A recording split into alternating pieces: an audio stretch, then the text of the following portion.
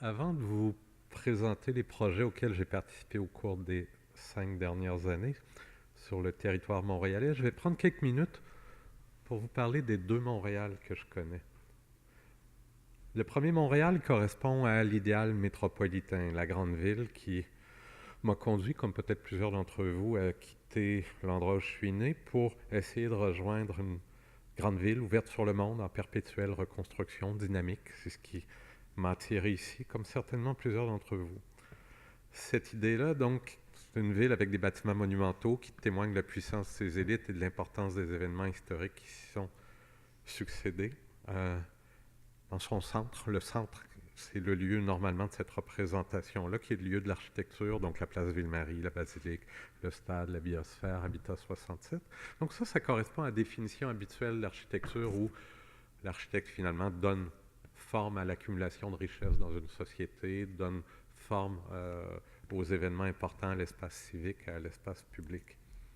J'ai eu la chance de participer à l'édification de cet idéal métropolitain il y a plusieurs années, depuis que je suis arrivé, en transformant par exemple la biosphère ou un témoin donc d'Expo 67 ou en participant à la réalisation du siège social, la caisse de dépôt et de placement près d'ici. Donc, j'ai pu y participer, mais au cours des 5 dernières années, donc le travail que je vais vous présenter, j'ai eu l'impression d'être aspiré, éjecté en dehors du centre, d'être projeté dans un autre univers, dans un autre Montréal, le Montréal des quartiers, le Montréal des constructions ordinaires, d'où l'architecture est, on pourrait dire, absente, des villages, des agglomérations où règnent les rénovateurs sans talent, les promoteurs sans culture, dans un océan de briques brunes.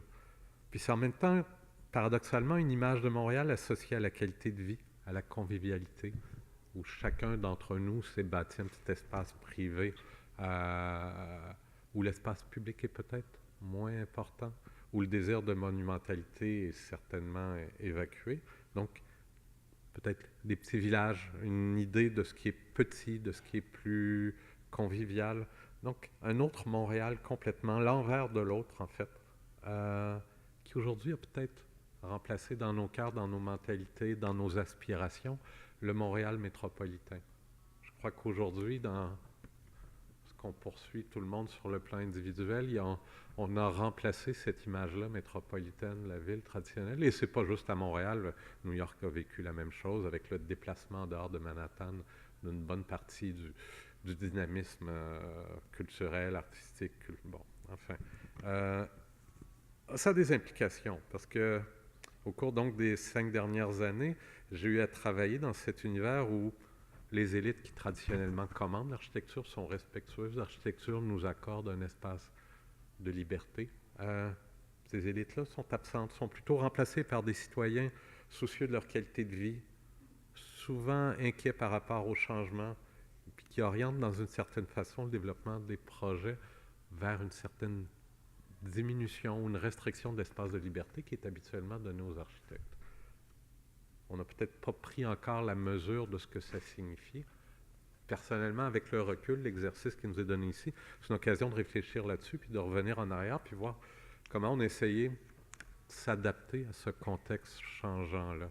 Et paradoxalement, les concours, je vais vous montrer plusieurs projets de concours qui devaient donner lieu à peut-être un espace de liberté, pour nous, sont avérés curieusement un espace de contrainte plus grand que la relation privilégiée qu'on entretenait avec des clients qu'on va appeler éclairés. Donc, je vais vous présenter ça. Ça a été une surprise. Ben, une surprise. C'est avec le temps que j'ai pris conscience peut-être du rétrécissement dans une certaine mesure de cet espace de liberté-là vers quelque chose de plus consensuel, de moins radical, de moins personnel. Parce qu'au bout du compte, l'architecture existe dans l'espace de liberté qui nous est confié pour exister comme auteur, peut-être comme architecte, pour amener dans cet espace de liberté-là une ambition culturelle, un désir peut-être un peu calqué sur sur l'univers artistique, comment le système de valeurs qui régit le monde des arts. Donc, l'architecture, c'est normalement, on qualifie d'architecture un lieu où on trouve une trace de cette ambition culturelle-là. Enfin, Donc, il a fallu s'y adapter puisque aujourd'hui, la périphérie montréalaise, c'est-à-dire les arrondissements tout autour du centre, réclament des complexes sportifs, des équipements culturels pour une population qui s'identifie de moins en moins au centre, qui a de moins en moins envie d'aller au centre dans ces grands équipements-là, mais de retrouver chez eux il y a des raisons politiques aussi, on y revient, peut-être qu'on y reviendra, qui sont liées à la valse fusion-diffusion que Montréal a connue, certainement. Mais il n'en reste pas moins que, donc, la périphérie, les arrondissements sont devenus un centre d'investigation architecturale qui nous oblige à s'adapter. Donc, je vais vous présenter ce contexte-là, donc les projets réalisés au cours des 5 dernières années. Je vais commencer par des projets construits, puis je vais terminer avec les projets de concours. Donc, je vais commencer avec le Katsu, donc le projet qui fait partie de l'exposition ici. Donc, le Katsu se situe dans l'arrondissement du plateau Mont-Royal, et bien qu'il soit adjacent au centre, cet arrondissement-là, CREG, c'est sa propre culture qui en fait presque une île au milieu de un univers distinct. Donc, le Katsu se situe sur une rue étrange, la rue des Pins, une rue qui était presque excavée en démolissant des bâtiments tout le long pour créer donc cet axe-là en communication avec le Mont-Royal, comme l'avait voulu Olmsted. C'est ce qui explique, si je change, oui, c'est ce qui explique qu'on y retrouve, je parlais de bâtiments banals, ordinaires, quotidiens, donc c'est une rue où il s'est reconstruit en tête d'îlot un paquet de bâtiments insignifiants, peu intéressants, puis qui font partie du charme un peu déglingué du plateau Mont-Royal. Lorsqu'on a eu à étudier, bon, pendant des années, le théâtre de Katsu a occupé un bâtiment qui était à l'origine 3 maisons en rangée, transformé en synagogue, retransformé en salle de spectacle par un bricolage assez adroit par des gens de théâtre qui ont enlevé des morceaux rabibochés, puis fini par faire un théâtre qui avait un certain charme. Le charme peut-être des choses déglinguées, des vieux imperméables froissés, puis des choses, pour ceux qui aiment la nostalgie, tout ça qui avait une espèce donc de charme suranné. Évidemment, pendant des années, le projet était bloqué parce qu'il y a des architectes avant nous, dont entre autres l'auteur des lieux ici, qui ont essayé de proposer un projet de rénovation, agrandissement qui réglait plusieurs des problèmes du lieu. C'est certain qu'à un moment donné, sans chauffage, sans toilette, dans des lieux dangereux pour la population, sans issue, sans lieu de répétition, sans loge, etc., à un moment donné, les autorités, tout le monde ont contemplé l'idée qu'il fallait rénover, améliorer le Katsu. Il y avait tous les gens autour du projet avaient une peur bleue. Je me souviens, Wajdi Wawad, au début, nous a demandé d'explorer un projet où on soulevait le bâtiment dans les airs, on construisait un sous-sol avec des loges, des services, et on redéposait le bâtiment dessus, intact comme il est actuellement, tellement sa peur était grande de perdre le côté un peu glauque, underground, whatever, on peut appeler ça ce qu'on voudra, mais profondément anti-architectural. C'est-à-dire tout ce que nous, architectes, savons faire, ordonner les choses, les faire proprement, bien, pour durer, etc., c'est ce dont ils avaient peur, mais c'est ce dont aussi toute la communauté artistique avait peur, et c'est ce dont tous aussi les spectateurs, les habitués et les gens du quartier avaient peur, c'est qu'en démolissant le Katsu, on ne pouvait pas reconstruire un lieu qui s'appellerait maintenant le Katsu. C'est comme un restaurant. Si on démolit un lieu, un restaurant, et on reconstruit, est-ce qu'il peut encore s'appeler? Est-ce qu'il peut encore porter le même nom? Est-ce qu'il perd toute la charge émotive, mémorielle qui est associée? Parce qu'un théâtre, c'est un lieu fantomatique où flotte le souvenir de tout ce qui s'est passé avant. Et d'ailleurs, dans le milieu du théâtre, on dit que chaque lieu théâtral à ses fantômes. Donc la commande qui nous était donnée, lorsque tout le monde s'est rendu à l'évidence qu'il fallait démolir et reconstruire pour faire résoudre les problèmes, puis assurer la pérennité du lieu, le problème auquel on faisait face, c'était de satisfaire tous les gens qui voulaient s'assurer que le Katsu soit encore le Katsu. C'est un problème difficile. Donc, on a abordé de la façon suivante. On a commencé par faire ce qu'on pourrait appeler un inventaire culturel du lieu, à essayer de trouver tout ce qui est associé à la mémoire du lieu, des sensations, des images, des matériaux, des matières, et à les ramener dans le lieu, dans un lieu neuf, qui serait un peu un collage de tout ça, réagencé, une espèce de palimpseste. Donc, on a fait cet inventaire-là. J'en prends des morceaux, tiens, la mansarde en ardoise. On a refait une espèce, on a replacé de l'ardoise latéralement dans ce qu'on pourrait appeler une espèce d'ardoise, dans une espèce de projection qui contient la cabine de régie, puis qui rappelle la présence de cette ardoise-là latéralement. Donc, ardoise qu'on retrouvait dans la mansarde ici. Les années 60, 67, 68, l'Hostie Show, qui est un show déterminant, un spectacle important dans l'histoire du Québec, donc qui projetait le Katsu ailleurs. Donc le Stitch Show avec Robert Charlebois, avec le Paisley, qui est un motif associé donc aux années psychédéliques, qu'on a repris dans la façade du lieu, qu'on va vous montrer tout à l'heure. Donc, il y a plein d'éléments comme ça qu'on a ramené, les fauteuils, des Kinégalais, des fauteuils de cinéma énormes.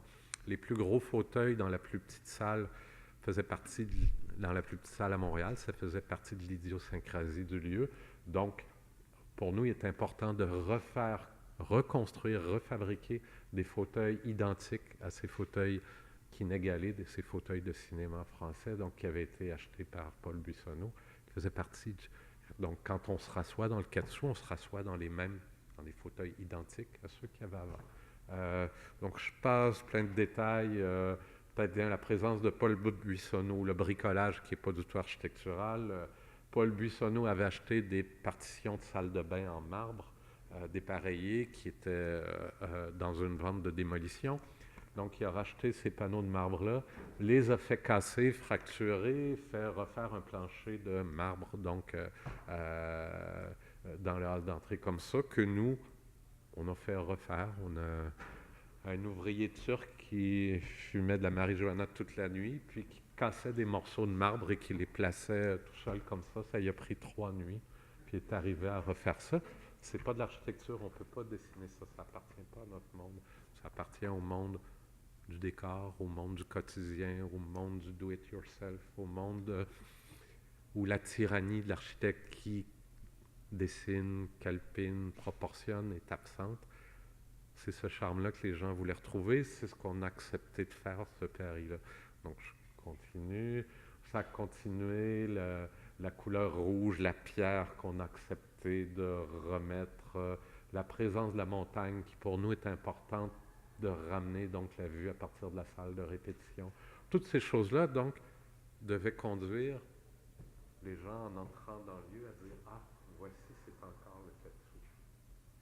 Et ça, évidemment, ça s'est fait pour nous dans un contexte que je pourrais appeler d'expérimentation, où on est allé plus loin, je croyais qu'on pouvait aller pour se sortir de l'architecture, puis accepter de faire des choses qui ne sont pas de l'architecture, qui relèvent du décor, qui relèvent de la nostalgie, d'imagerie, etc., qui ne sont pas le matériau avec lequel on travaille en architecture, en fait, qui me ramenait même au souvenir un peu désagréable du postmodernisme que j'ai connu en sortant de l'école, et peut-être certains d'entre vous sont assez vieux pour avoir vu passer, donc de faire référence constamment au passé avec une espèce un petit peu d'obsession intéressante en même temps, puis donc on a accepté de jouer le jeu ici, puis de l'assumer, ce qui fait un projet avec lequel je suis assez à l'aise. C'est aller aussi loin que refaire exactement la salle avec les mêmes proportions, les mêmes dimensions, comme le souhaitait, pas un fauteuil de plus, etc. Qui, donc, était une expérience un peu, je dirais, extrême. Donc, la salle de spectacle, donc ce bricolage-là, où on a ramené l'ardoise latéralement, où on a travaillé avec la pierre calcaire, avec tous ces éléments-là qu'on a essayé de ramener dans le lieu, avec la pression constante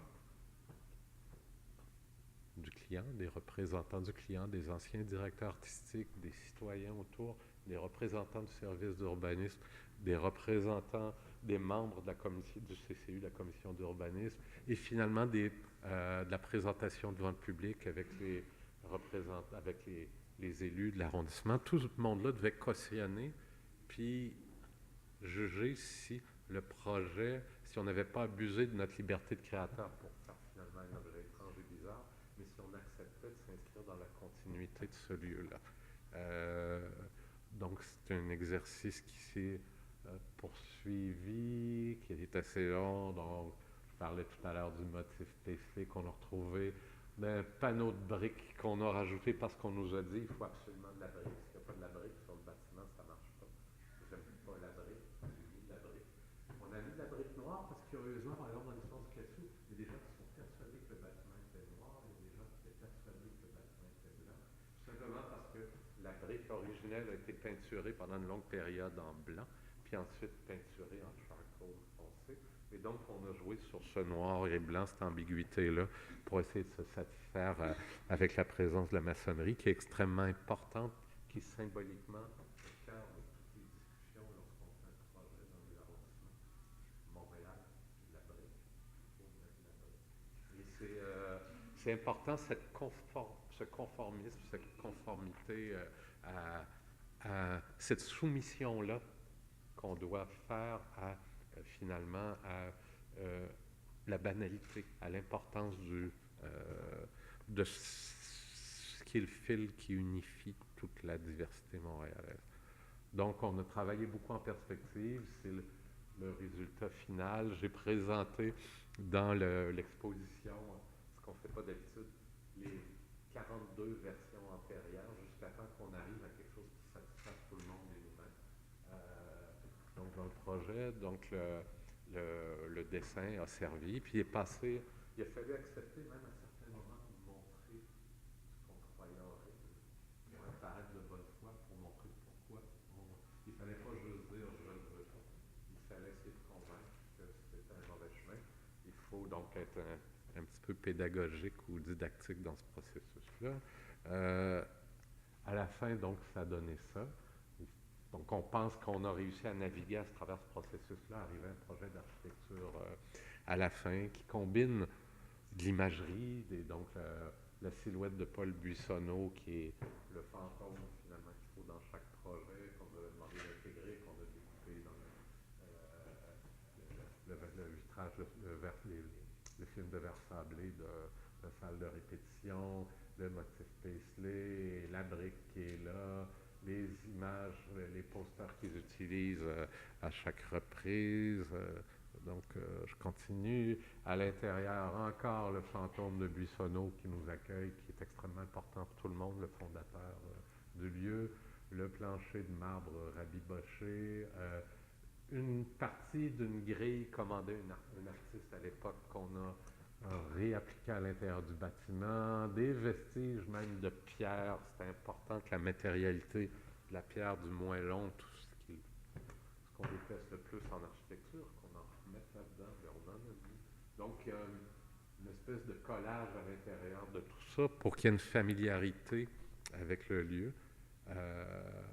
Ça n'exclut pas une espèce de théâtralisation de ce truc-là avec les tables qu'avait amené Yvon Deschamps, avec plein de mobilier, mais avec même du faux mobilier rétro fabriqué par l'Empire aujourd'hui, Emmanuel Cognier, qui fait des trucs de l'espèce de rétro-futuriste qui plaît beaucoup présentement dans les restaurants du plateau, puis tout ça. Donc, le sentiment d'une espèce de futur antérieur.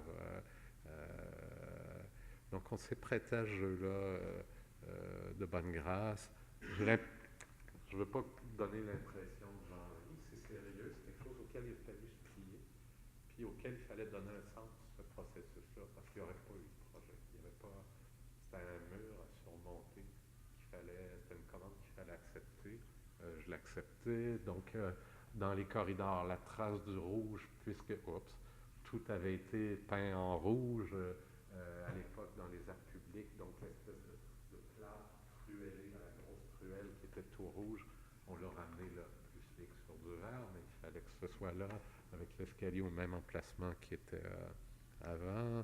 La salle qui est finalement presque pareil, avec les mêmes fauteuils, les mêmes proportions que ce qu'elle avait, pour que les gens puissent dire c'est encore je suis encore dans ce lieu-là.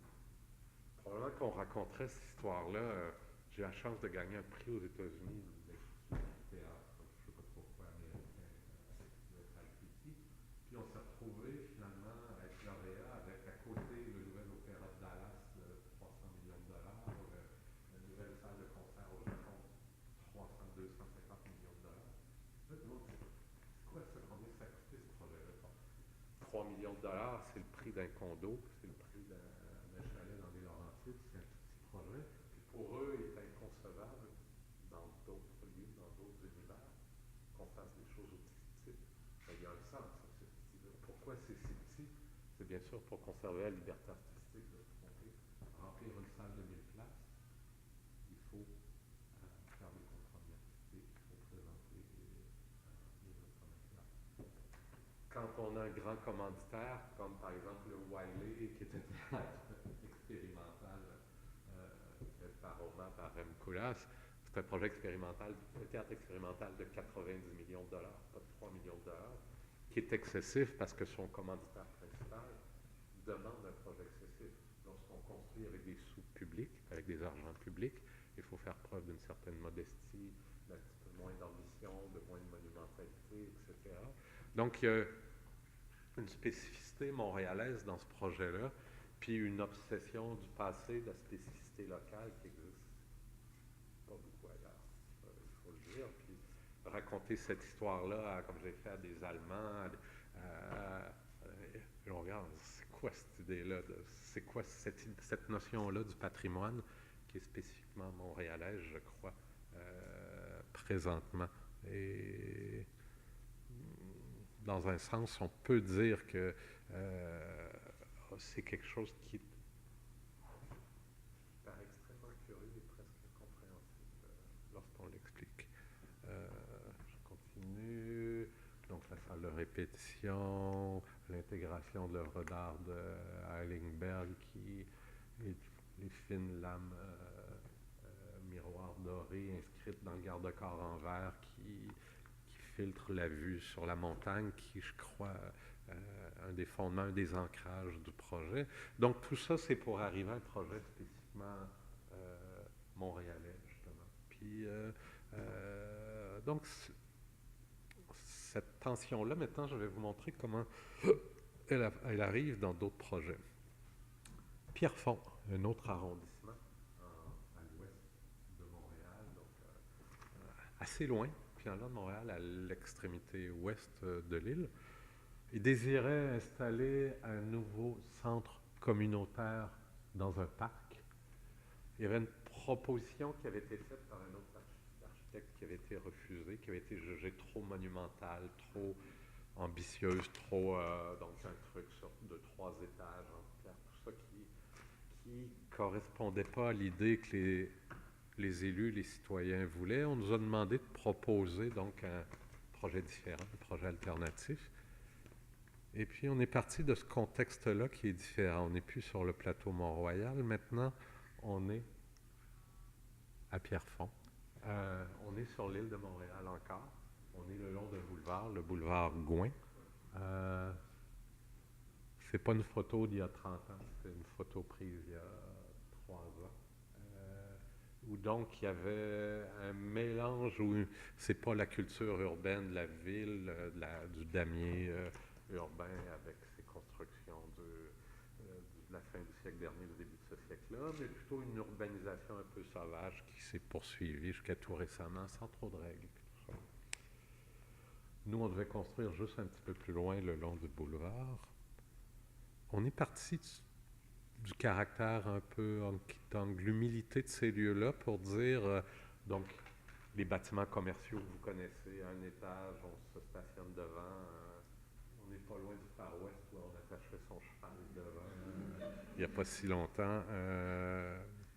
Et on a proposé un projet très modeste, presque pour eux, sans ambition architecturale, pas très épeurant. Voici le bâtiment, un étage, bang, bang, bang, ça coûte pas cher à faire, c'est simple, Puis les gens ont dit, ok, c'est simple, ça fait pas peur, puis ça a l'air un peu ordinaire, mais bon, ok, on y va, puis on a eu donc le go pour y aller de ce projet-là qui, en apparence, est assez quelconque et pas épeurant. Puis bon, on avait un agenda caché un peu, mais il ne faut pas toujours dire ce qu'on pense dans la vie. Puis la transformation qu'avait fait Mies van der Rohe de l'architecture commerciale nord-américaine, c'est quelque chose qui m'a toujours intéressé. Donc, le second Mies, le Mies américain, le Mies européen. Et quelque part, on croyait qu'il était possible, donc, avec ce bâtiment-là, de donner une espèce de dignité classique avec le langage poutre et colonne assez sobre, avec l'accent mis sur l'horizontale, avec donc cette espèce de sévérité-là. Donc, c'est le centre communautaire à Pierrefonds, en tirant parti de la présence de la végétation, en se mettant serré à côté de tout ça. Donc, un bâtiment qui, pour moi, traduisait cette espèce d'humilité que les bâtiments doivent avoir, une espèce de neutralité qui m'intéresse, qui est celle que je cherche à aimer, où les bâtiments doivent être une espèce de background pour l'expérience humaine, d'un arrière-plan neutre. Donc, c'est ce qu'on a essayé dans ce projet-là, avec des aménagements extérieurs, la présence de la végétation que les gens aiment bien, un kiosque à musique ici. Bref, tout le monde était ravi. Un projet bien accepté, avec des aménagements sur cours, avec une espèce d'informalité en même temps qui est contraire à la monumentalité, donc des classes avec donc de la tuile vinyle amiante, des choses, des produits simples, mais quand même donc truc sur une variation sur le thème du pavillon avec une espèce, c'est ça, je dirais, d'informalité. Donc des salles à l'intérieur, comme celle-ci, une salle multifonctionnelle pour faire des banquets, des repas avec les personnes âgées, jouer aux cartes, des choses comme ça. Donc un programme, donc ces classes-là où on fait de l'enseignement, les nouveaux immigrants, on leur donne des formations en informatique, etc., pour aider à leur intégration, des cours supplémentaires aux élèves en difficulté, des choses comme ça. Donc un programme modeste avec le langage de l'architecture moderne, commerciale, conventionnelle, les poutrelles. Donc, toutes des choses banales avec un budget, somme toute, modeste. Puis une demande à laquelle on a consenti un toit vert, puisque c'est important aujourd'hui. La volonté artistique des autres qu'on avait comme auteurs, ce qui définissait l'architecture, a cédé un petit peu la place au désir de développement durable, de verdure, qui est un petit peu contraire à l'architecture, qui est une façon de remplacer ou de définir autrement l'architecture aujourd'hui avec des nouveaux objectifs ou tout ça. Vous ne me convaincrez pas beaucoup qu'un toit vert a une grande efficacité ou une grande contribution pour sauver la planète. C'est un geste symbolique, comme beaucoup de gestes symboliques qu'on fait en architecture. On peut le faire, on l'a fait. Les gens sont satisfaits, contents, mais ça fait partie, je pourrais dire, des compromis, concessions qu'on a fait pour essayer de faire rentrer le projet à l'intérieur d'une espèce de consensus citoyen qui ferait que le projet favorise son acceptabilité. Puisqu'on ne peut plus juste dire aujourd'hui, je suis l'architecte, je voulais ceci, je voulais choisir cette couleur-là, je voulais ceci. On doit accepter de jouer le jeu d'une forme d'acceptation sociale qui dépasse notre simple volonté, notre idiosyncrasie d'architecte. C'est un exercice difficile, c'est un exercice périlleux. Je m'y prête, plusieurs d'entre nous, mes collègues s'y prêtent, mais on sait qu'on joue, qu'on négocie avec la ligne qui était l'espace de liberté qui nous était concédé, qui nous permettait de faire de l'architecture.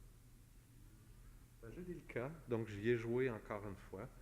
Je vais à un autre projet, un autre théâtre, la Licorne, qui avait hérité probablement du bâtiment le plus laid du plateau Mont-Royal. Je ne sais pas s'il y en a d'entre vous qui se souviennent de la façade turquoise avec les colonnes blanches, avec des néons, tout ça.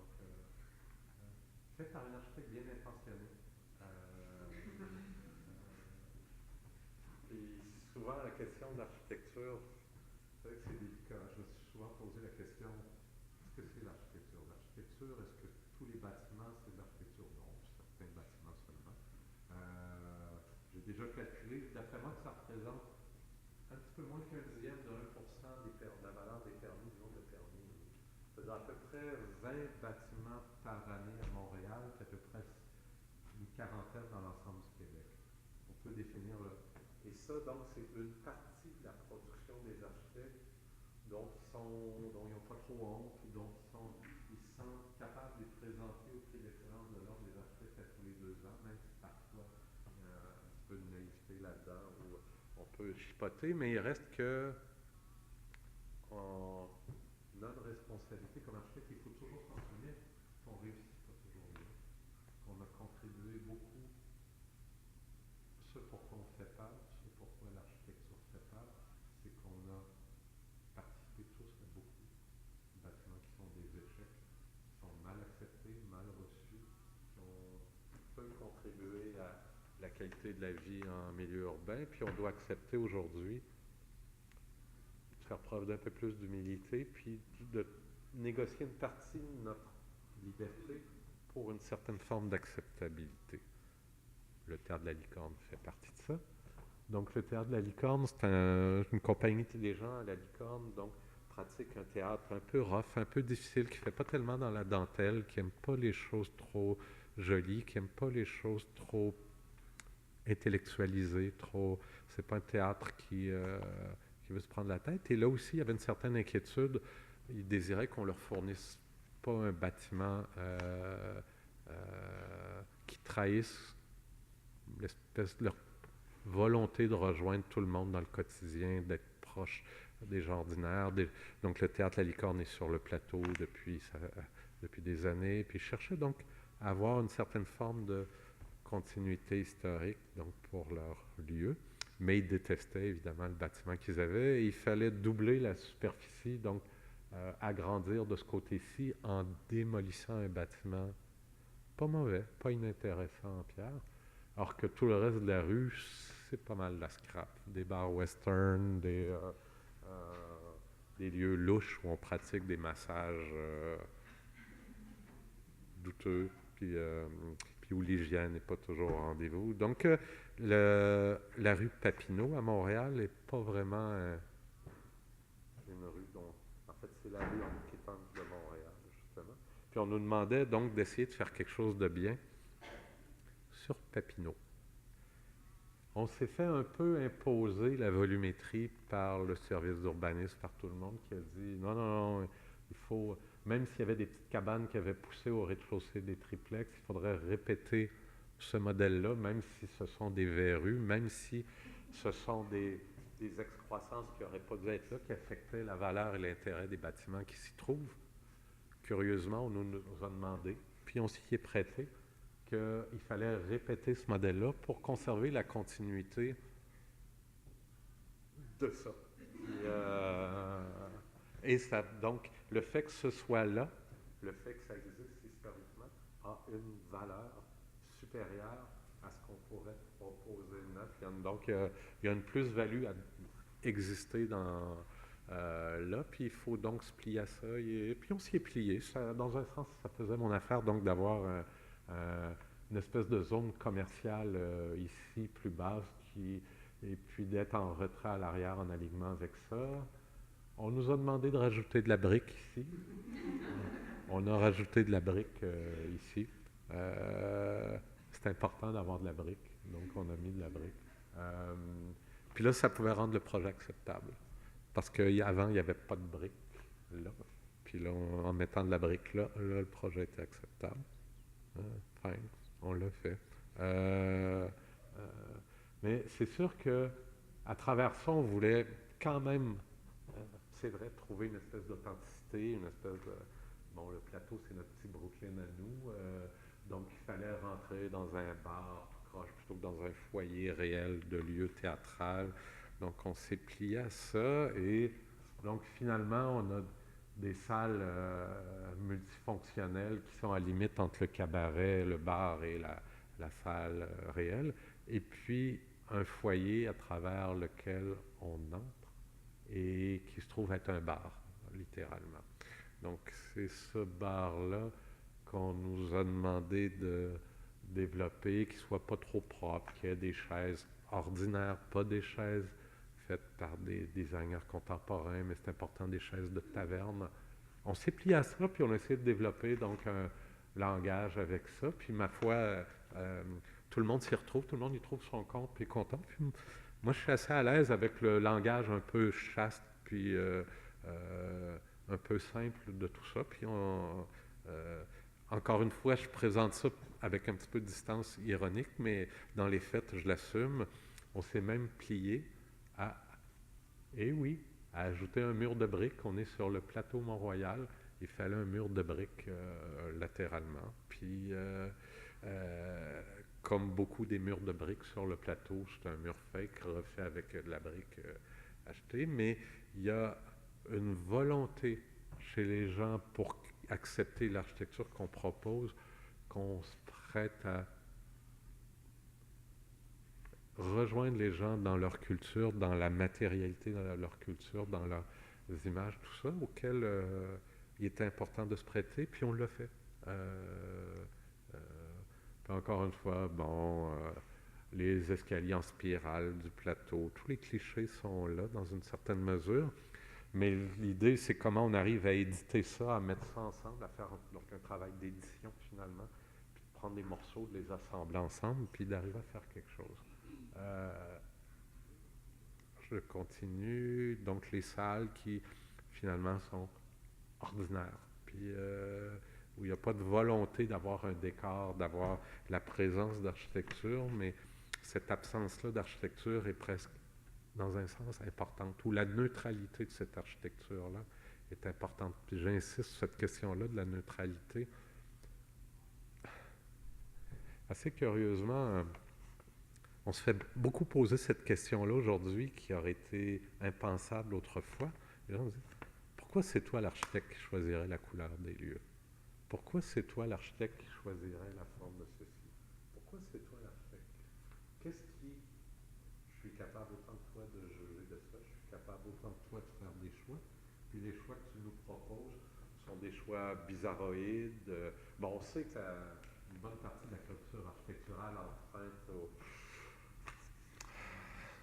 à ce qu'on pourrait appeler l'idéologie des avant-gardes qui a eu cours longtemps, c'est-à-dire que si on propose quelque chose qui est le contraire de ce qui est attendu, il devrait y avoir une vertu dans la provocation, dans la nouveauté, dans le questionnement, tout ça. Puis, pendant longtemps, les gens ont accepté qu'on les questionne, qu'on les provoque.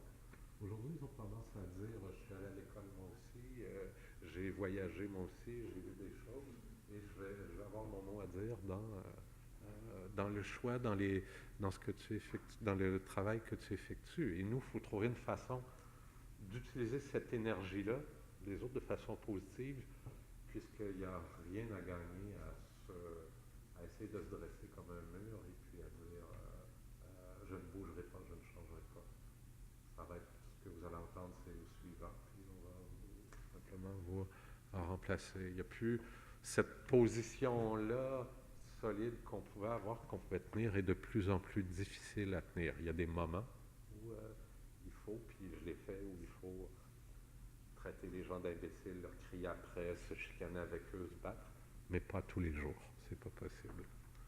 Donc la salle de répétition, les bureaux, donc dans ce cas la banalité la plus complète, même les loges avec du mobilier prison, puis des choses banales qui étaient voulues, qui ne soient pas trop décoratives, qui ne soient pas trop architecturales, puis qu'on ne sente pas trop que l'architecte s'est amusé à proposer quelque chose d'original, de personnel à lui, mais aussi on veut un endroit, puis particulièrement dans les loges, c'est important.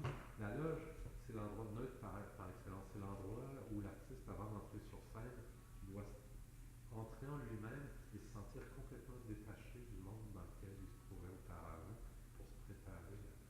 Puis la loge est un lieu important au théâtre, puis je prends ça au sérieux de s'assurer qu'il y a cette espèce de neutralité-là absolue qui fasse qu'on fasse abstraction. Et ce que disait Mies à propos du background neutre est tout à fait important ici. Donc, c'est ce que ça a donné, un lieu dans un sens qui a une certaine sobriété, puis qu'on a voulu sobre. C'est pas neutre, ça peut pas être neutre. Personne ne peut dire que c'est neutre en même temps. Il y a plein de gens qui voient ça, c'est pas neutre. Il y a plein de vitres, que c'est ça ces vitres-là? Qu'est-ce que c'est que cette fenestration-là? Pourquoi vous faites ça? Pourquoi noir? C'est pas du tout normal. Mais pour ce qui est de ce qu'on est comme architecte, c'est un petit peu le plus loin qu'on peut aller dans la neutralité. Alors, je m'en vais à un autre projet tout de suite.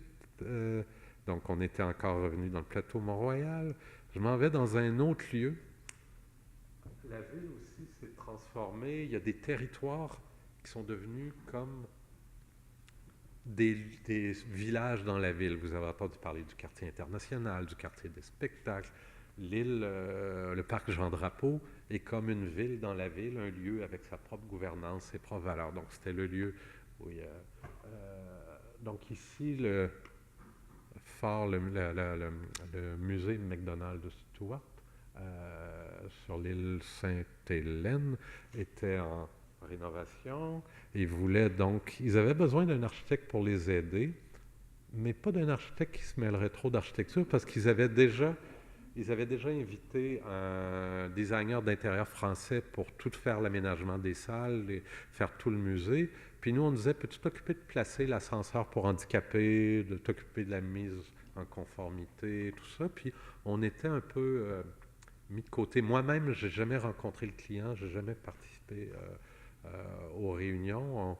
On a passé un projet d'architecture sans qu'ils le veuillent, sans trop qu'ils s'en rendent compte peut-être. Alors, au départ, curieusement, on a proposé donc que l'ascenseur pour handicapés, nécessaire pour rejoindre tous les niveaux puis assurer la communication entre les ailes du bâtiment, on a proposé de le cacher à l'arrière, près de la falaise, puis de faire une intervention qui ne paraisse pas en conformité avec le mandat qui nous était donné. On pensait que ça ferait l'affaire d'une des nombreuses commissions devant lesquelles il fallait présenter le projet, en l'occurrence le Conseil du patrimoine, qui nous a dit non, non, non, non, faites de cet ascenseur-là et de cette communication-là un geste symbolique au milieu de la cour, comme la pyramide du Louvre. Ah, oui, intéressant. Ça, c'est pas nécessairement dans ce qu'on croit, ça ne fait pas partie nécessairement des choses qui... On s'attendait, mais vraiment pas à ça du tout. Et c'était une condition, donc, de faire ça. Et il a fallu se plier à ça, puis on s'y est plié de bonne grâce. Donc, bon, s'il faut, il faut, on y va. Hein. Donc, en gros, qu'est-ce qu'il y avait à faire? C'était d'ajouter un ascenseur pour les personnes handicapées qui desservent tous les niveaux et un escalier de communication qui permet... Parce que là, il fallait aller à chaque bout, revenir en avant, en arrière dans le musée. OK, on y va.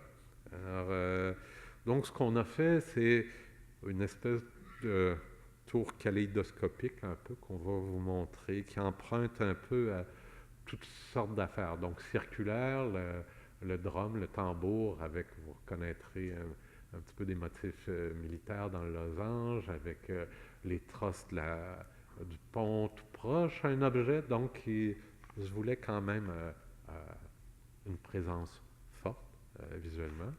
Vous savez que les triangles, c'est à peu près la seule façon de recouvrir une surface courbe sans faire du verre courbé qui coûte trop cher. Donc de toute façon, c'était une stratégie qui nous permettait de réaliser les surfaces courbes plutôt que de faire des facettes rectangulaire, ce qui n'est pas très très joli. Donc, on s'est amusé avec ça, donc à faire un objet qui...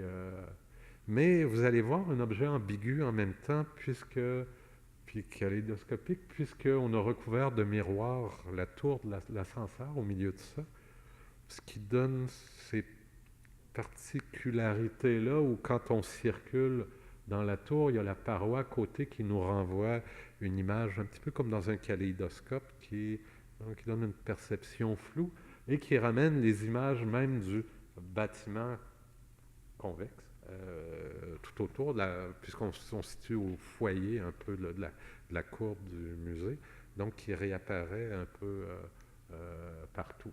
Donc la présence de ça, puisqu'il voulait que cette tour-là devienne une tour d'observation, participe à amplifier la perception du paysage, une chose qui nous intéressait, puis à le mettre en relation dynamique avec un peu tout ce qui se passe autour. Donc c'est devenu un projet d'architecture que là où personne ne l'attendait. Et il a fallu, c'est une des stratégies qu'on utilise absolument, il a fallu dissimuler dans une certaine mesure le projet d'architecture en n'affichant pas nécessairement l'ambition architecturale au début, mais en restant un peu souple, en étant capable d'utiliser un peu la neutralité, la dissimulation, pour que le projet passe. Puis au bout du compte, donc tout le monde est bien satisfait et content. Donc je continue avec un autre projet maintenant, la station-service de Mies van der Rohe à l'île des Sœurs. Donc un projet qu'on nous a demandé de rénover, restaurer pour en faire un centre communautaire. Comme celui... J'ai parfois, en me couchant le soir, le sentiment que quelqu'un a vu ce qu'on avait fait à Pierrefonds, puis s'est dit « Ah, on cherche une vocation pour ce lieu-là, on devrait en faire un centre communautaire, ça devrait marcher parce que ça ressemble à l'autre. » Puis, parce que c'est un lieu qui cherchait une vocation depuis longtemps, puis finalement, donc, il fallait faire un peu comme à Pierrefonds. Donc, je passe rapidement sur l'histoire du lieu, la présence de Mies sur l'île des Sœurs, ici, mais également ici avec les tours, sa participation au plan d'ensemble, amenée à une époque plus ambitieuse architecturalement. La condition du mur rideau, où il a fallu faire un travail de restauration sérieux, sévère, tout ça. Des problèmes de restauration intéressants, comment intégrer la mécanique, la ventilation sans mettre des grilles partout, des appareils de mécanique. Dans ce cas-ci, il a fallu gambler. On a proposé d'avoir recours à la géothermie pour alimenter donc, les bâtiments, puis servir des pompes, en fait reconstruire des fausses pompes parce que les pompes étaient disparues, pour en faire des prises d'air qui amènent l'air, puis qui permettent le rejet de l'air à l'extérieur. Donc cette stratégie-là qui faisait en sorte qu'il n'y avait pas d'appareil, pas de mécanique, rien nulle part, ça faisait aussi augmenter le budget de façon significative et on a accepté que le projet soit annulé, que l'appel d'offres soit recommencé et qu'on soit peut-être réengagé si on était les plus bas soumissionnaires. Je vous rappelle que pour faire un projet aujourd'hui, il faut être celui qui charge le moins cher. Et donc, on était les plus cheap pour le faire et on a été repris à nouveau. C'est un environnement différent et choisi parce qu'on est celui qui demande le moins d'argent pour faire le travail. Ça participe à une autre culture aussi, je ne vous le cacherai pas. Donc, on était dans l'arrondissement de Verdun, un autre arrondissement, donc avec des gens qui, en discutant, en participant au projet, ont accepté, ont joué le jeu, donc ont reconnu l'importance patrimoniale du bâtiment, puis ont collaboré à une stratégie qu'on leur a proposée qui était une espèce d'accentuation de la force du geste de Mies van der Rohe, c'est-à-dire un grand toit horizontal, des pattes, un pavillon, puis des petits pavillons de verre en dessous avec la transparence. Donc, on a fait un projet de relecture où il fallait transformer le lieu, on ne pouvait pas restaurer tel que c'était, mais de toute façon, je pense que c'était peu intéressé au design des comptoirs à bonbons à l'intérieur et tout ça. Donc, mais il y avait la force d'un geste qu'on voulait accentuer, et donc on a triché un petit peu. On a continué les luminaires à l'intérieur, là où il y avait des plafonds suspendus, médiocres en tuiles acoustiques. On a choisi un verre à faible contenu en oxyde de fer qui est plus transparent que le verre de l'époque, pour finalement renforcer le geste, la puissance du geste qu'avait fait Mies, pour l'abstraire un peu, puis le dégager des contingences de ce que la fonction voulait. Donc il y avait un lave-auto, et puis aujourd'hui il y a 2 grandes salles pour les jeunes, et pour les personnes âgées, donc les prises d'air et l'évacuation de l'air avec en dessous le passage des souterrains, des gaines pour amener l'air vers le système de géothermie. On avait proposé pour les personnes âgées blancs, pour les jeunes noirs. Euh, et un geste un peu radical, mais une certaine neutralité pour accentuer ce qui au début m'agaçait. Je ne comprenais pas que Mies ait fait un projet où il y a un deck de métal blanc avec des poutres noires. Il y a quelque chose qui c'était bien ça. La... Et on a accepté ce jeu-là, cette dualité-là, du blanc et du noir, donc pour développer, fonder le projet.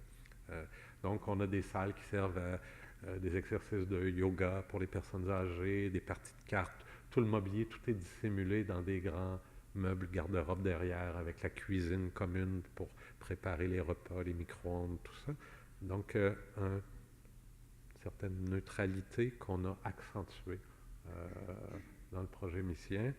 Les prises d'air du bâtiment qui sont où on a repris la volumétrie des pompes d'origine, les portes de garage qu'on a restaurées du côté des jeunes avec le bloc noir, avec toutes des grandes portes qui s'ouvrent pour dissimuler les ordinateurs avec lesquels ils peuvent jouer, les PlayStation, les Wii, etc.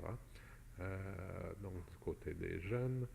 Et maintenant, je termine rapidement avec un dernier projet où on a retrouvé une espèce de subsistance là, d'un lointain passé, l'université McGill, où là, il y a un extrême respect qui est accordé à l'architecte. Puis là, on est revenu au centre-ville, puis on retrouve tout d'un coup un autre univers où on a une très grande liberté qui nous est donnée, où on est écouté, tout ça. C'est comme un clash énorme, c'est comme changer de pays, c'est comme d'avoir une machine à remonter le temps, c'est assez étrange. Enfin, donc, on participe à la construction. C'est une question que je m'étais toujours posée. Est-ce que tout peut être de l'architecture? Est-ce qu'un bâtiment utilitaire peut être de l'architecture? Bon, c'est la question louisiane du pot de chambre versus le vase ou le trophée. Est-ce que de vouloir décorer, designer, concevoir avec une ambition artistique un objet utilitaire, ça peut être de l'architecture? C'est une question qui me tracasse. Là, on nous a demandé d'installer 3 nouvelles génératrices d'urgence pour alimenter toutes les expériences qui ont lieu sur le campus, dans les bâtiments, biologie, etc. Et il y avait un programme qu'on nous a donné qui était une boîte déposée là, dans lequel on mettait 3 génératrices.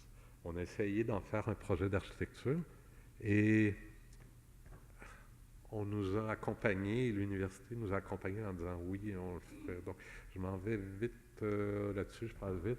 En même temps, on a la Dr. Penfield d'un bar, la montagne qui monte, puis on a l'arrière, la descente vers le niveau du campus qui est beaucoup plus bas, et on a essayé d'habiter cette falaise-là avec le projet de structurer la falaise, donc en érigeant un bâtiment utilitaire qui contient les génératrices et les espaces de soutien technique, et avec toutes les prises d'air dans un espace de plancher interstitiel, parce que des génératrices, ça demande des quantités d'air énormes, des grilles partout. Puis on a dit, on va faire, et oui, un petit pavillon en verre qui n'aura pas de grille, qui n'aura pas...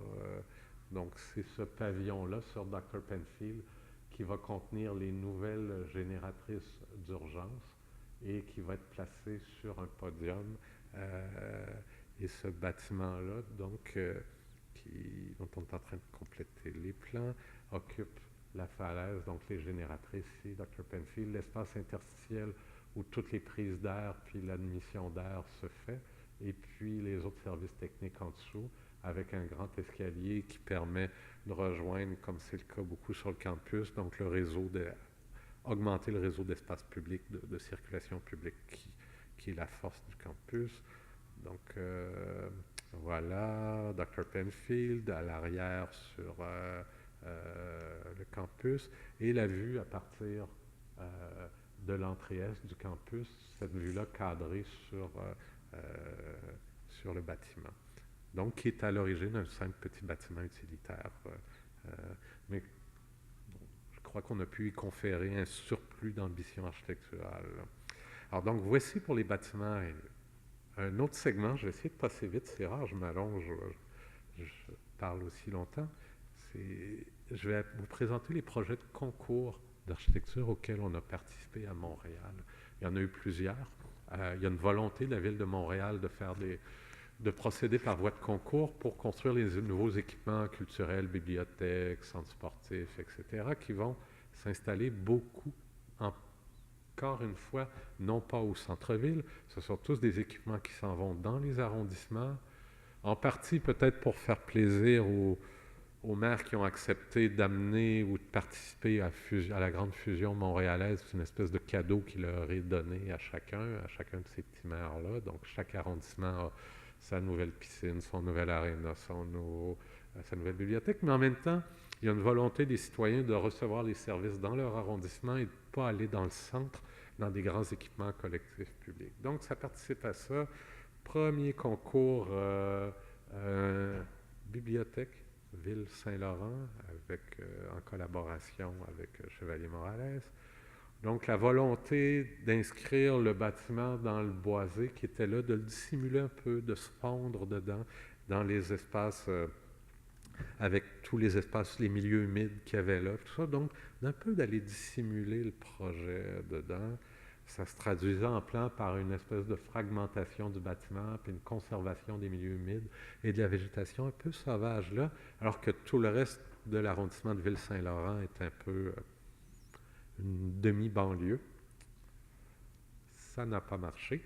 On nous a reproché de ne pas avoir fait une grande pelouse verte en gazon en avant, puis d'avoir un petit peu comme dans le modèle à côté, de ne pas avoir donc dégagé le bâtiment comme un équipement civique monumental, alors qu'on croyait bien faire en conservant le maximum de végétation, en étant... Donc, ça a été une surprise de voir que nos perceptions n'étaient pas les bonnes, pas justes, et qu'il y avait un réel malaise chez ceux qui devaient juger le projet, qui ne l'ont pas choisi. Bon, on s'y fait, c'est pas...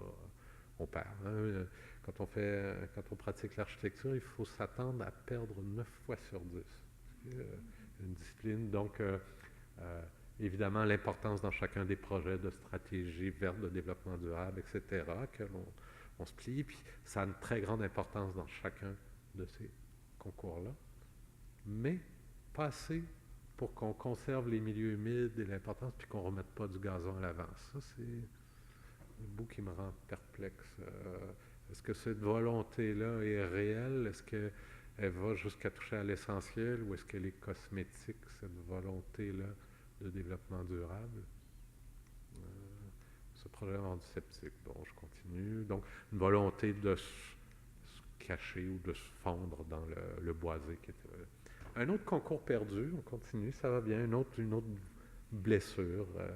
La bibliothèque pour le Rosemont, un autre arrondissement, donc bibliothèque consacrée et dédiée à ça, à Marc Favreau. Puis j'ai fait une pirouette que j'aurais pas dû faire. On veut créer, on veut s'amuser, on veut inventer, on veut être original. J'ai pensé à un autre sol en même temps, qui est Sol Lewitt, qui avait une pratique presque enfantine, névrotique de jouer avec les cubes, avec les lettres, avec les signes, puis on s'est inspiré beaucoup de l'univers de Sol Lewitt pour proposer donc un bâtiment qui a ce caractère ludique-là qu'on associe à Sol, à Marc Favreau. Ça n'a pas pogné. C'était peut-être un petit peu, encore une fois, trop proche de préoccupations. Ça calquait un peu, peut-être trop sur le monde, une démarche qui était calquée sur peut-être les démarches plus conceptuelles dans le milieu des arts visuels. Donc, on s'était amusé à fragmenter le volume de la nouvelle bibliothèque qui venait se joindre au bâtiment existant ici pour en casser l'échelle, la texture, en faire des objets plus petits, plus ludiques, un peu comme ce que je crois être le grain d'un quartier comme ça, qui est beaucoup plus fin, qui est un assemblage de petites formes. Donc on se disait, ben, ça va être petit, ça va être cute, tout ça. Ça n'a pas marché. On avait quand même mis de la verdure, du toit vert, tout ça, tout ce qu'il fallait. Puis on avait donc voulu un assemblage un peu amusant, sur un jeu un peu complexe quand même, si on le regarde, puis c'est assez difficile à faire, c'est un exercice un peu peut-être un peu trop, qui se voulait un peu trop savant, je ne sais pas, de manipulation formelle, qui nous a amené donc à... C'est important de dessiner des cyclistes dans les projets, mais ça ne nous fait pas gagner quand même. Donc même si on racole un peu, même si on essaie, même avec beaucoup de verdure, ça ne marche pas toujours. On est toujours un peu démasqué. Puis dans ce cas-ci, l'espèce de monumentalité qu'il y avait dans le projet, des espaces particulièrement dans le hall d'entrée, euh, était... les gens attendent d'une bibliothèque un espace feutré, où il n'y a pas...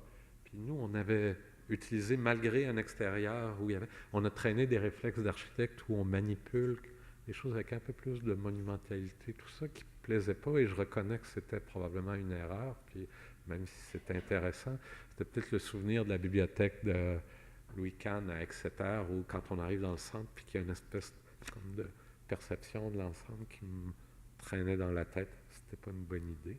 Puis le projet qui a gagné, effectivement, comprend mieux, puis essaie de mieux de donner une échelle plus domestique, plus petite, comme de proximité avec le service qu'on reçoit du bibliothécaire, plutôt que de faire un geste monumental. Et je crois que c'est quelque chose qui... Ça fait partie des adaptations comme architecte qu'on doit comprendre, qu'on doit faire, qu'on doit apporter à son travail. Un autre projet perdu, on continue. Tiens, Benny Farm, un autre projet de bibliothèque, maison de la culture, où on a essayé là aussi de briser un volume en apparence simple pour faciliter son intégration au tissu environnant.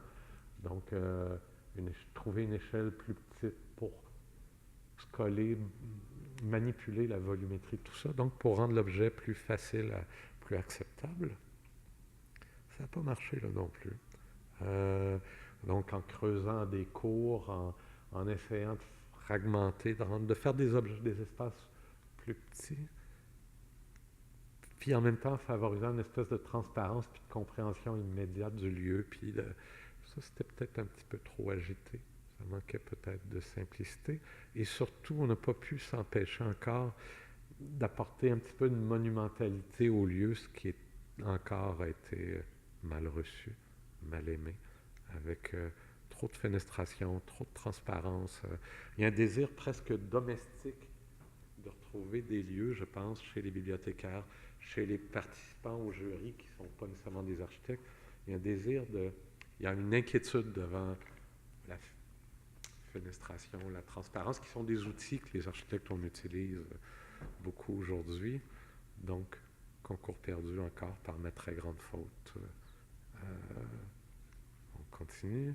Un autre projet perdu, concours ouvert, on avait proposé quelque chose.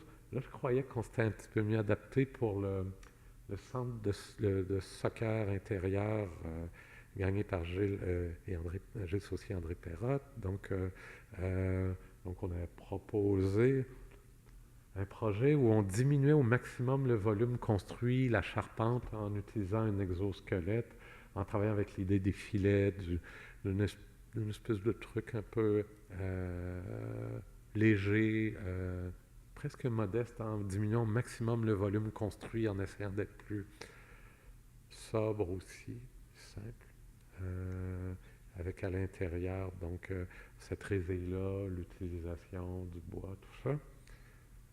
Ça n'a pas marché non plus. Il faut s'y faire, c'est douloureux, hein, c'est comme à chaque fois, même les regarder à nouveau, ça fait un petit... autre concours perdu encore. Faut s'y faire. Bibliothèque à la Chine, donc il fallait modifier, agrandir un bâtiment existant qu'on proposait. On s'est dit, on va mettre du bois, il me semble que les gens aiment ça, du bois, il me semble que ça serait bon, on va essayer de développer un langage avec ça. On va essayer de se rapprocher ou de retrouver quelque chose qui peut signifier quelque chose pour les citoyens, pour les gens qui jugent le projet. On pensait avoir fait quelque chose d'assez compact et d'assez simple à construire, avec, en ramenant une échelle plus petite au lieu où on lit, en faisant des petits salons, des lounges, tout ça, qui aurait une présence quand même civique sur la rue. Ça, on pensait.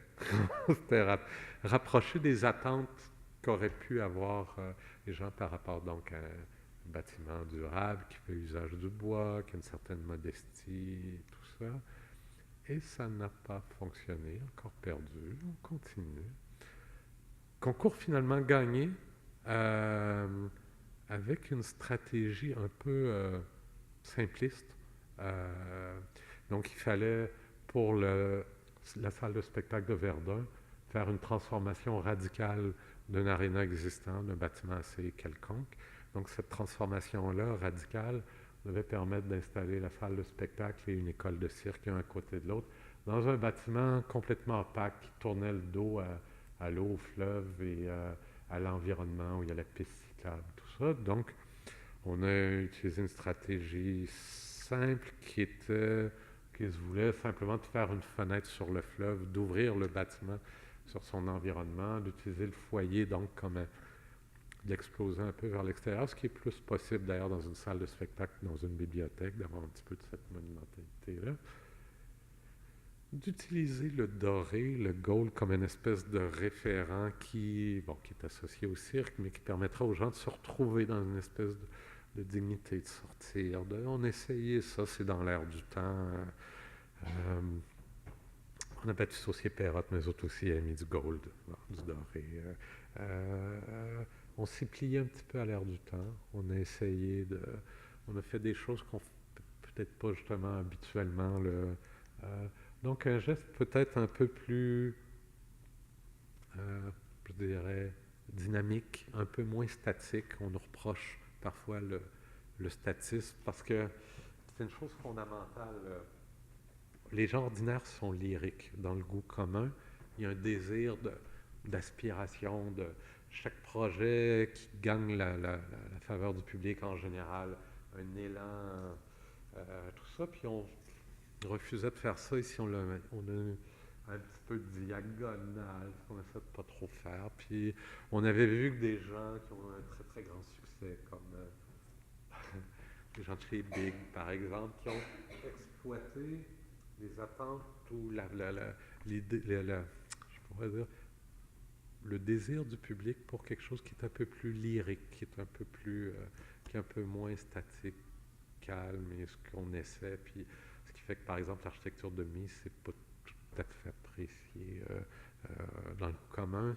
Ça manque d'élan, ça manque de couleur, ça manque. Donc on a mis de la couleur, on a mis diagonale, on a mis des choses qui bougent un peu plus, puis on a gagné.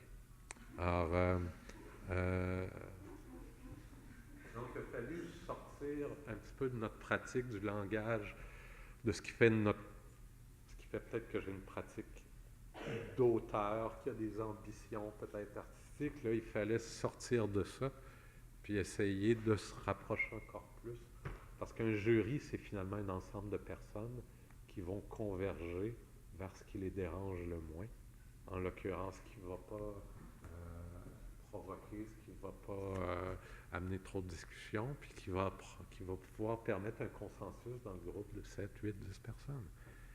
Et ma compréhension aujourd'hui, c'est un petit peu paradoxal, c'est-à-dire que la politique des concours peut niveler un petit peu, nous amener vers, en même temps, nous aider à nous rapprocher peut-être de ce goût commun-là, qui n'est pas nécessairement le goût élitiste des architectes, puis nous obliger peut-être à sortir de notre singularité.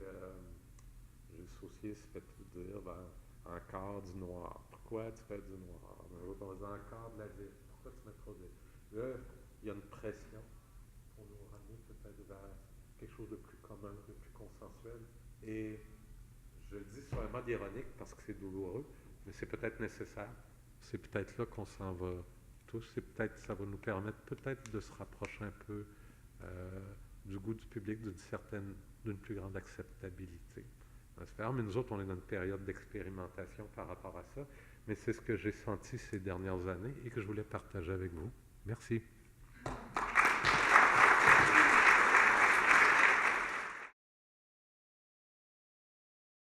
Moi, j'aurais aimé savoir si vous avez un budget alloué quand vous faites des projets pour des concours, ou bien si tu fais plein de concours que tu ne gagnes pas, tu te retrouves avec pas d'argent, donc tu ne peux plus faire de projet.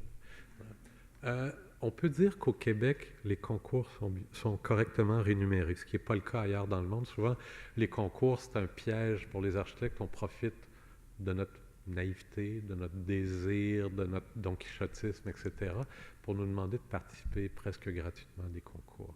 Ici, dans le cadre des concours développés par la Ville de Montréal, il y a des sous suffisants pour proposer quelque chose de sérieux qu'on a maturé avec les ingénieurs, avec une équipe multidisciplinaire, puis d'arriver à un projet. Donc, il y a une déception de ne pas faire le projet, mais sur le plan, je dois dire là, que c'est une politique qui est très correcte et pour laquelle on est bien numéré, ce qui n'est pas du tout le cas ailleurs dans le monde. Donc, ça fait partie de la singularité là, de l'expérience québécoise des concours.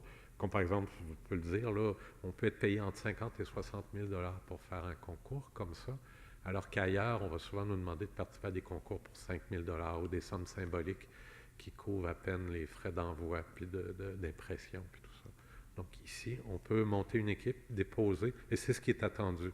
On ne nous demande pas de déposer une idée, puis un gribouillis, mais de déposer une proposition sérieuse avec des estimés détaillés, etc., etc.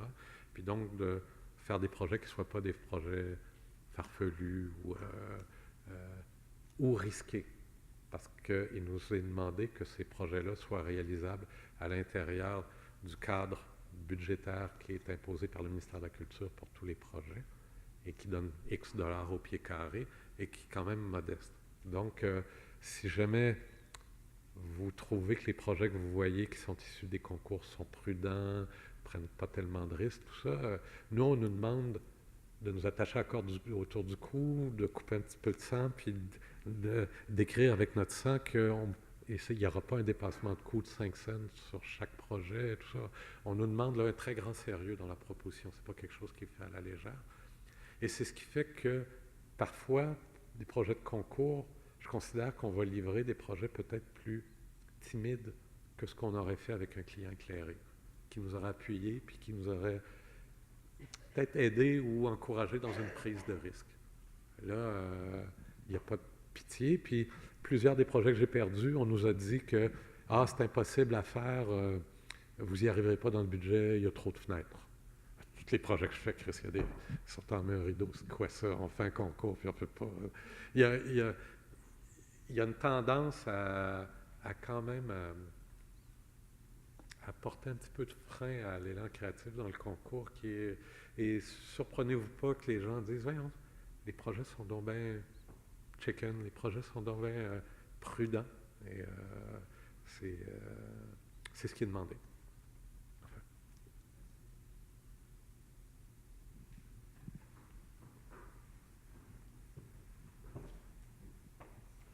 Donc, j'ai beaucoup aimé un peu le parcours d'anecdotes que vous avez passé à travers les différents projets. Puis il en ressort une certaine humilité de la part de l'architecte pour, pas nécessairement peut-être se soumettre aux demandes du client, mais certainement d'écouter et de prêter une oreille plus forte que, disons, il y a quelques années. Si on compare ça à je ne sais pas, aux années du Starchitect que Leapskin ou Rem Koolhaas faisaient un croquis sur un serviette, puis finalement, ça se réalisait comme ça. Est-ce que vous pensez que c'est le climat de Montréal qui donne cette tendance d'avoir des projets beaucoup plus humbles? Puis il y a une réalité très, très différente, très simple, c'est qu'ici, les projets sont faits avec des sous publics, avec des subventions. Il est important que les projets aient une certaine humilité. Il y a une attente de ne pas faire des choses extravagantes avec les sous publics, puis même nous, on est conscient de ça. Quand tu te fais confier, ils sont publics. Ailleurs, les projets culturels sont faits à l'aide de subventions importantes de donateurs qui veulent que leur image, leur nom soit associé à des projets grandioses. Et il y a une pression qui est faite. Par exemple, si on prend le Wiley, il fallait que ce soit une œuvre grandiose, un petit théâtre expérimental. Donc, ils ont pompé de l'air dedans pour souffler le ballon puis en faire un projet excessif puis extraordinaire, mais en même temps qui est complètement délirant par rapport à sa fonction puis à son usage. Alors qu'ici, avec les sous publics, comme je disais l'exemple, 4 sous, c'est 3 millions, puis Wiley, c'est 90 millions. pour faire la même chose, un petit théâtre expérimental, quelques centaines de places, puis avec une salle de répétition, tout ça. Alors, la pression qu'amène le donateur qui veut une star, qui veut un bâtiment extraordinaire, qui veut Zadig, Lipskin, tout ça, existe encore et est très forte dans le monde anglo-saxon où les bâtiments sont construits avec l'argent de ces donateurs-là qui donnent leur nom au bâtiment. Alors qu'il y a une architecture quand même plus proche de notre sensibilité en Espagne, au Portugal, ou tout ça, qui se fait avec des sous publics, et en France aussi, qui n'ont pas la même, qui ne présentent pas le même excès, la même exagération. Puis oui, c'est lié à ça.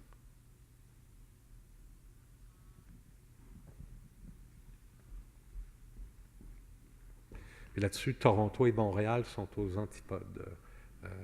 À Toronto, par exemple, je fais une parenthèse, le musée qu'a fait Lipskin, c'est principalement une extension de la salle à manger des donateurs qui vont y célébrer des mariages, des grands événements, puis tout ça dans le hall gigantesque qui a été construit là, à grands frais. C'était la raison principale d'avoir un espace multifonctionnel qui peut servir aux événements, qui génère des revenus, mais qui permettent à toute la communauté d'affaires de se voir, de se rencontrer dans des soirées chics. À Montréal, on est un peu moins dans cette culture-là. Il y a moins de donateurs prêts à donner 30 millions, 20 millions, comme les Thompson, tout ça, ici. Puis ça se fait avec des sous publics. Le prochain concours qui se prépare pour l'agrandissement du Musée des Beaux-Arts, je vous lis ce qui est écrit là, dans les documents du concours. C'est, vous allez faire un bâtiment qui a telle dimension, voici la trame structurale. Les dimensions sont exactement ceci. Vous n'avez pas le droit de faire de formes compliquées, vous n'avez pas le droit de mettre de lumière naturelle. Ah, OK. C'est le programme qu'on nous donne. Et donc, on n'est pas du tout dans Lipskin, puis dans ce monde-là, dans cet univers-là. Soufflons-nous peut-être de la continuité des séquelles du stade olympique qui continue d'absorber des fonds. Ouais. Et puis il y a la conjoncture économique aussi qui joue peut-être dans l'ensemble. Oui, c'est sûr que j'aime l'idée de Montréal qui se véhiculait après Expo 67, tout ça, d'une grande métropole dynamique ouverte où les gens d'Archigramme pouvaient venir puis avoir une chance de voir leurs affaires Habitat 67. Il y avait un élan collectif où on croyait qu'on pouvait faire des choses extraordinaires. Est arrivé le stade olympique qui est devenu le symbole d'un nouveau monde qui arrivait où là, cette croyance-là en l'État, en humain, tout ça était affecté. Est-ce que le stade olympique était le désastre qu'on a dit? Non. Est-ce que toute cette histoire-là est une fabrication, une espèce de légende urbaine? En grande partie. Puis ça cause un blocage après important. C'est une blessure énorme qui a servi à discréditer toute la capacité qu'avaient les architectes à amener des choses originales.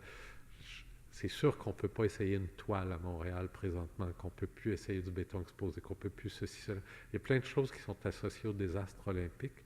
Et les architectes étrangers sont mal vus à cause de ça. Il y a tout un psychodrame qui s'est construit. Et nous, on y a goûté en faisant le projet de la Caisse de dépôt et de placement, où on a vu les mêmes idioties s'écrire, les mêmes peurs de village, presque de commères de village. Le projet, par exemple, je vous mentionne le vérificateur général qui a dû enquêter là-dessus, puis qui personne ne soupçonne de gentillesse à l'égard des architectes, a écrit ça devait coûter 200 millions, ça a coûté 200 millions, il n'y a pas de problème. On a écrit partout que ça devait coûter 100 puis que ça a coûté 400. Puis encore récemment, il y a un article qui racontait la même légende urbaine pour dire que c'est épouvantable, puis qu'on gaspille, puis l'État, puis on ne devrait pas, C'est idiot. On vit avec ça. Il va falloir nettoyer ça, je ne sais pas comment. Ça augure très, très mal. Je ne vois pas comment ça peut changer, parce qu'actuellement, au contraire, on est au complet dans la modestie, dans dépenser, faire attention, pas trop, la monumentalité, etc. Je vois mal comment on va revenir vers quelque chose de plus optimiste, ambitieux. Je suis extrêmement sceptique là-dessus. Puis, personnellement, j'entrevois qu'on doit s'adapter, qu'on doit trouver une façon d'opérer dans cet environnement culturel-là, où on n'attend plus de l'architecture monumentale. Il reste un fond dans la population qui exploite les stars architectes, qui est une espèce de populisme. C'est-à-dire Calatrava a joué là-dessus, puis il va refaire le coup du grand artiste qui revient, qui endort un peu tout le monde avec la prestidigitation, puis qui laisse quelque chose d'incroyable, d'extravagant, puis tout ça. Il a réussi, il était un des derniers qui réussissait ça. Présentement, je pense qu'il ne peut plus rentrer en Espagne, sinon il se fait arracher la tête. C'est symptomatique d'un monde qui est disparu, et l'Espagne va faire probablement de Valence ce qu'on a fait avec le stade, le symbole des excès architecturaux, de notre, je dirais, égoïsme, de notre irresponsabilité, etc., etc.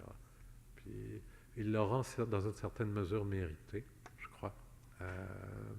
Puis dans un sens, l'espèce d'ascèse qui consiste à travailler avec des clients, puis à calculer chaque pied, chaque pouce carré, puis la chaise à rendre dessus là, puis l'espèce de travail très proche du terrain, puis des programmes qu'on nous demande de faire actuellement, et certainement pas mauvais. Pour chaque nouveau projet, on doit rédiger, j'en ai fait une dizaine cette année, un programme de construction, un document SODEPE où on prévoit les coûts d'opération, le personnel qui va être affecté à ça.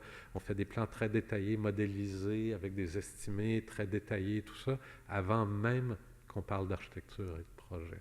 Il y a un plus grand sérieux qui est nécessaire. Puis on doit s'y adapter. Et c'est ce qu'on tente de faire, c'est ce que j'essaie d'illustrer. Sur la première page du concours pour l'extension du musée d'art contemporain, il est écrit dans la deuxième ligne que seulement les bureaux du Québec vont pouvoir y participer. Donc, dans une situation d'un monde assez globalisé, comment vous jugez cette défense un peu hors du temps Et serait-il un concours aussi, pas seulement pour celui qui gagne, c'est un outil de dialogue, de débat, d'idées, d'alternatives qui sont un enrichissement là. Ceci étant dit, c'est une ligne embêtante. Parce qu'il a été dit à peu près la même chose pour le concours à Québec, en disant « Ah, on va laisser, pour contenter la population locale, la moitié des concurrents pourront être des équipes donc du Québec, puis il y aura une moitié d'équipes qui sera des équipes de l'extérieur. » Un consortium entre un affairiste local puis une vedette étrangère, dont l'adresse de consortium était au Québec, a pu être considérée comme une proposition locale. Puis finalement, presque toutes les équipes étaient là, animées. Nous, on n'a même pas passé, on a été considérés pas assez bons pour participer à ça aux 10 équipes. Puis on avait eu la naïveté de refuser une offre de Dealers Cofidio, de faire équipe. Je me trouve tellement niaiseux d'avoir cru qu'on pouvait y aller tout seul à l'époque.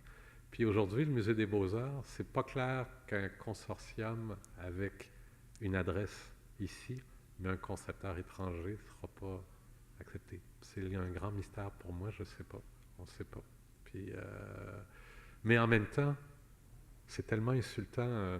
J'imagine le gars à l'autre bout qui lit ça, dit « Ah, un concours, ouais, je vais participer de ça. » Pas le droit de forme compliquée, pas de fenêtre. Là, voici la trame structurale, voici la forme du bâtiment. Il y a un escalier dessus, puis il va servir d'accès aux salles. Voilà. Qu'est-ce qu'on fait avec ça? On colle du papier peint sur la façade, puis c'est tout. Ça va être notre excès peut-être de sérieux, puis tout ça, qui laisse pas assez de place, dans ce cas-ci, c'est patent, à ce qu'on pourrait appeler l'exercice de l'architecture, un petit espace de liberté où on peut travailler. Dans ce cas-ci, c'en est pathétique, puis c'est nettement excessif. Puis c'est ce que peuvent augurer les temps qui viennent, encore un plus grand rétrécissement de cet espace-là de liberté. On a l'impression des fois de se tenir sur un 10 sous pour faire un projet. Puis, alors le dernier projet que je suis en train de faire, j'ai presque abandonné, ce qui m'était jamais arrivé. Je peux rien faire. Je ne l'ai pas montré, c'est à l'extérieur anyway, de Montréal. On ne peut rien faire, vous voulez rien. Il n'y a rien qui peut se faire. On ne fera rien, faites rien. À un moment donné, un escalier, non, on ne peut pas. Non, on ne peut pas. Non, on ne peut pas. Non, on ne peut pas. On ne peut rien. Faites rien, si vous voulez rien faire. C'est inquiétant. Je ne cacherai pas. Nous, on essaie de s'adapter, là, c'est ce que je montre. Puis je le fais avec un petit peu d'ironie parce que ça demande de prendre des grandes respirations parfois, de ne pas exploser, mais d'essayer d'utiliser positivement cette énergie-là pour la transformer dans le projet puis l'intégrer dans le projet. Puis quand on nous dit « ben moi, j'aime pas le blanc », OK, il n'aime pas le blanc. Okay.